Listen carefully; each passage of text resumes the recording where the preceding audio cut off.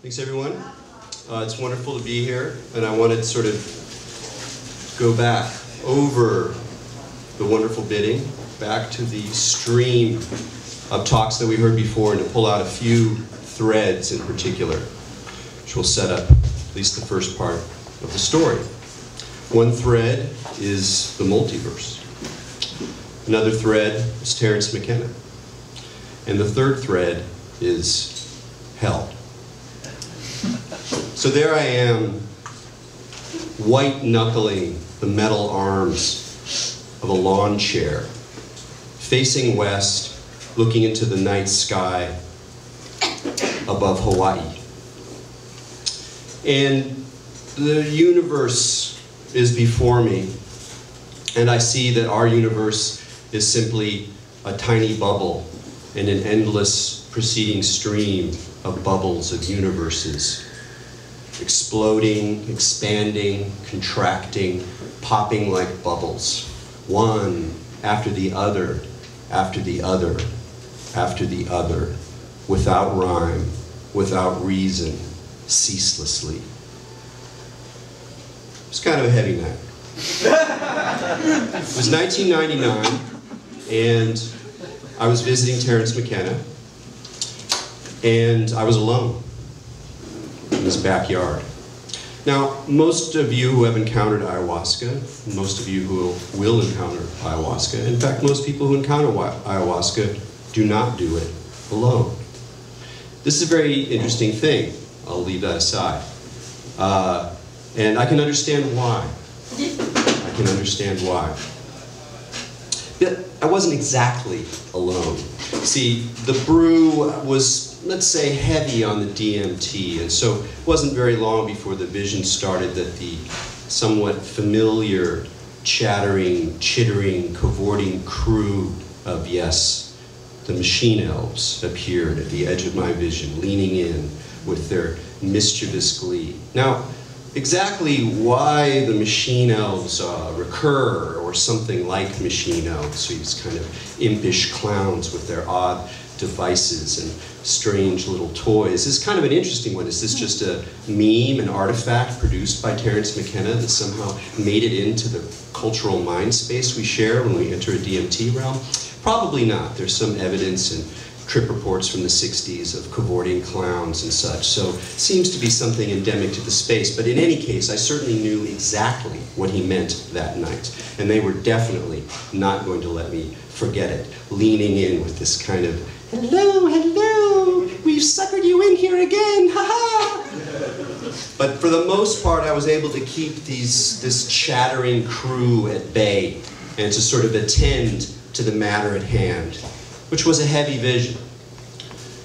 I think I can compare it to the idea that if you imagine the full richness of a visionary space with color and emotion and God forms and archetypes and memories resonating and dancing in this beautiful play, that all of that is stripped away, and what is left is the wiring, the machinery that produces the visionary experience, the machinery behind reality.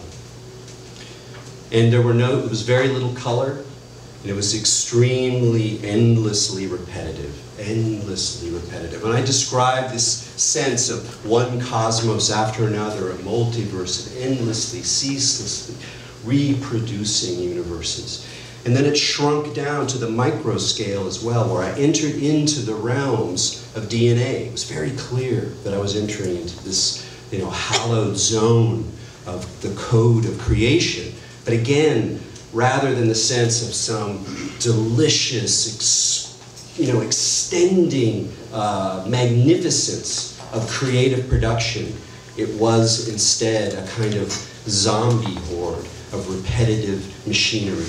The sort of scientist view of little bits of code reproducing themselves endlessly in a kind of abstract math space. And myself as well became not a subject, not a memory, not a self, but rather a kind of zombie horde of little parts of my psychology, little bits that wanted to seek this and wanted to seek that, this great chaos of fragmentation. And at that point, it became very clear why one does not do this alone. It became very clear in an instinctive way what ceremony does, what the structure of ceremony does, what the role of the shaman or the facilitator does.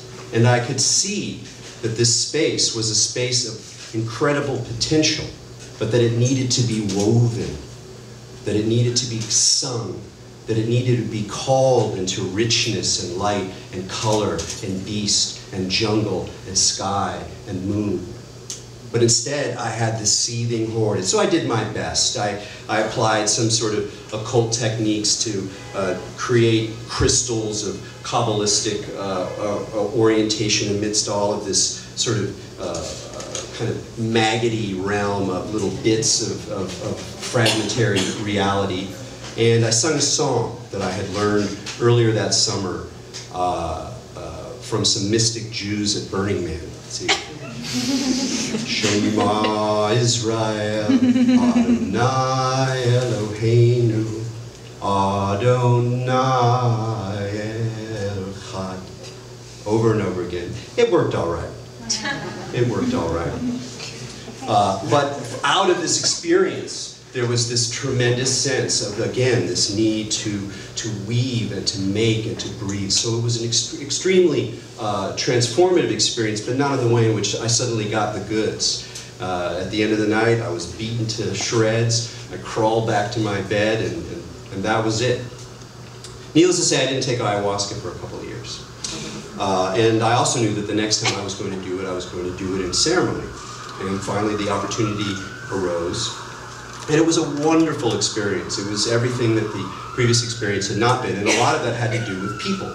Suddenly I was very aware of what it meant to do things with people. The first time I'd done ayahuasca, I was with a group of friends, and it was a marvelous experience. I remember at the end I was sort of hurtling through hyperspace in my own kind of monad mobile, guarded by bodhisattva spacefaring beings, and encountering these sort of Astro-Egyptian characters. Actually, Egyptian characters came up a lot tonight, and they were sort of introducing me to the whys and ways of the cosmic interweb that exists, you know, on the far side of the singularity. So I was, I had a good taste of the fun ride, but I knew that I had to do this in ceremony.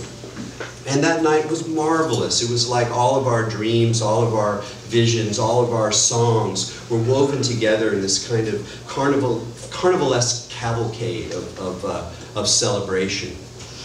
But I just want to describe one little moment early on this trip that I think captures something really magical and interesting, fascinating about the ayahuasca experience and the role of the shaman. So it was, you know, we were fairly far into a good hour into it, and I could tell I should be higher than it was. People around me had clearly achieved sort of cruising altitude, and I was sort of stuck in this kind of fuzzy, anxious, not quite comfortable space. Something was sort of off. And very clearly, the shaman, or I should say Don Jose, stood up, came over right in front of me, and he pulled out a bull roar.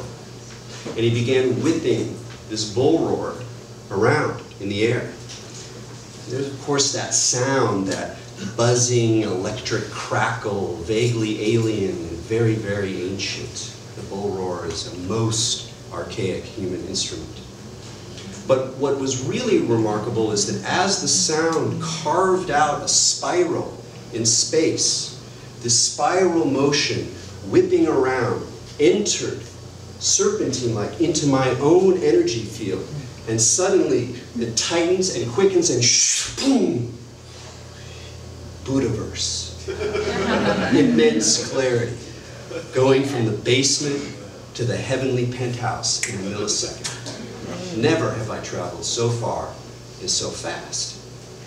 And in a way, this vision of a universe empty and resplendent with gnosis, with compassion, with peace, was just the sort of echo, this reverberation and this transformation of the ceaseless cosmic vision that I had before. But I don't want to stress the vision or dwell too long on it. I think there is a tendency in visionary work to turn our visions into idols. What's really stayed with me from that experience is the bull roar, the trick, the technique, the application of an ancient piece of technology, of device, upon the visionary situation to produce an effect. The shaman's work, in other words.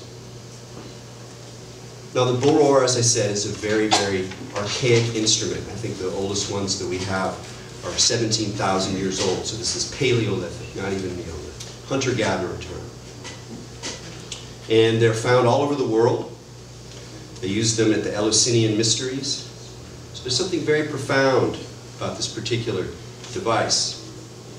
And there's one piece of lore about the bull roar that I would like to offer you as a kind of allegory of how to relate to this very interesting relationship between the visionary realm, the visionary experience, the richness of these extraordinary encounters with the trick, the technique, the device, the wiring beneath the experience. Because for me, visionary plants and visionary work is about magic, real magic. But real magic is as much about disenchantment as it is about enchantment. So there's a tribe in Australia where the bull roar lives large, and there's a cult, the cult of the bull roar. And what happens in this cult is the boy children who are going to go through their puberty rites, at the end of which they will become men, and it is the case with a lot of traditional societies. There's this sort of rite of passage where their childhood identities are stripped away, their clothes are taken away, they're treated, and they're in this kind of liminal zone, at the end of which they will be made men and carriers of the tradition, capable of carrying the tradition.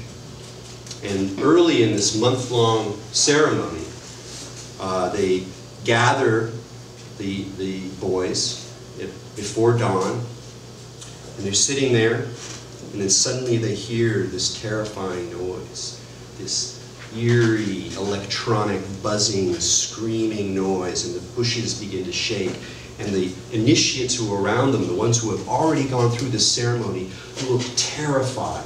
And so, of course, these kids are absolutely frightened by this moment. And they are told that this being that's just coming over through the bushes is the mother, the old mother that is going to initiate them, that in some sense is going to swallow them up, because this is ultimately a process, a movement into the realm of the mother. And then just at the height of the fear, other men come through the bushes, each holding a bull roar, and revealing to the kids that it was only a bull roar that then they take and carry forward, a bull roar that they get tattooed onto their chests, and that allows them to continue to carry forth the story, the tradition, the space of imagination and cosmos that undergirds that society. And so I really offer this to you seriously as a way to think about what to me is a very profound and under-discussed part of the visionary experience, which is that for all the visions, for all the richness, there is also a realm of technique, a realm of technology, the devices of our nervous systems, the devices of the ceremony, and that these two things, the enchanted and the disenchanted, are one and the same. That the vision of the resplendent Buddhaverse and the vision of the ceaseless, idiotic reproduction of DNA spilling itself through a void are one and the same. That the Buddha is a bull roarer. Thank you. Woo!